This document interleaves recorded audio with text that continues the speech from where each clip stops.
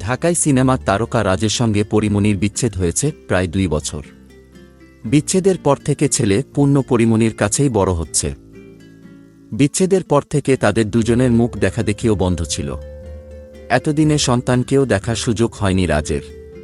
এই সময়ে রাজ চুপচাপ থাকলেও অনেকবারই ব্যক্তিজীবন নিয়ে কথা বলেছেন পরীমনি। ছেলের প্রতি দায়িত্ব পালন না করার অভিযোগ তুলে বেশ কয়েকবার দেশ-বিদেশের গণমাধ্যমে রাজের সমালোচনা করেছেন। কিন্তু হঠাৎ করে তাদের দুজনকে ঘিরে দৃশ্যপট যেন পাল্টাচ্ছে, এমন খবরই পাওয়া যাচ্ছে।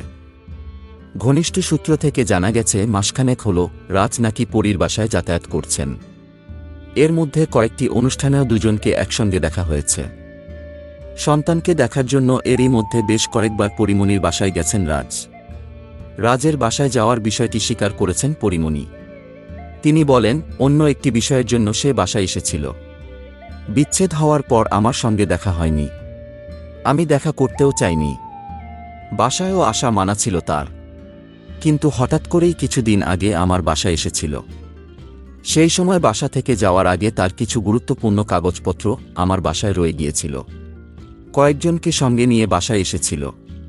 কাগজপত্রগুলো আমি যত্ন করেই রেখে দিয়েছিলাম। এসে নিয়ে গেছে। বেশ অনেকক্ষণই ছিল। এলে তো আর বের করে দিতে পারি না।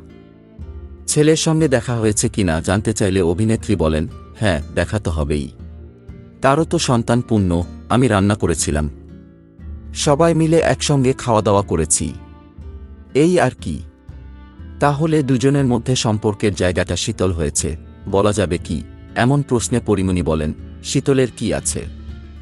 আর শীতল তো হতেই পারত, কিন্তু সেটি মেইনটেইন করেনি রাজ।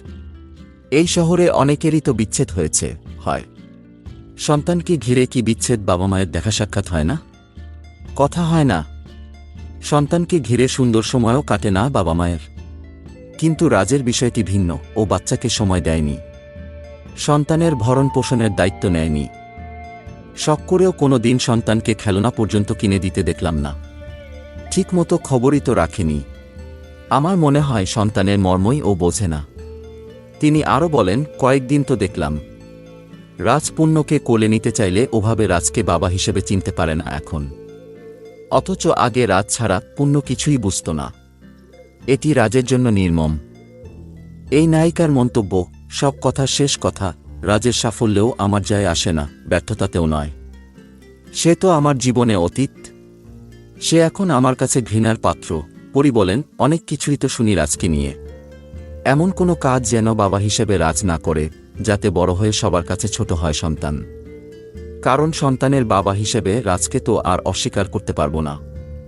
তিনি বলেন, মায়া আছে বলেই তো বাসায় ঢুকতে দিয়েছি। হাজার হলেও সে আমার সন্তানের বাবা। তাই বলে সে চাইলেই সবসময় বাসায় আসতে পারবে না। তার প্রতি আমার ঘৃণা থাকতেই পারে। তবে সে যেখানেই থাকুক, ভালো ভালো কাজ করুক, ভালো থাকুক। কারণ সন্তানের সুন্দর জীবনের জন্য বাবাকেও ভালো থাকতে হয়।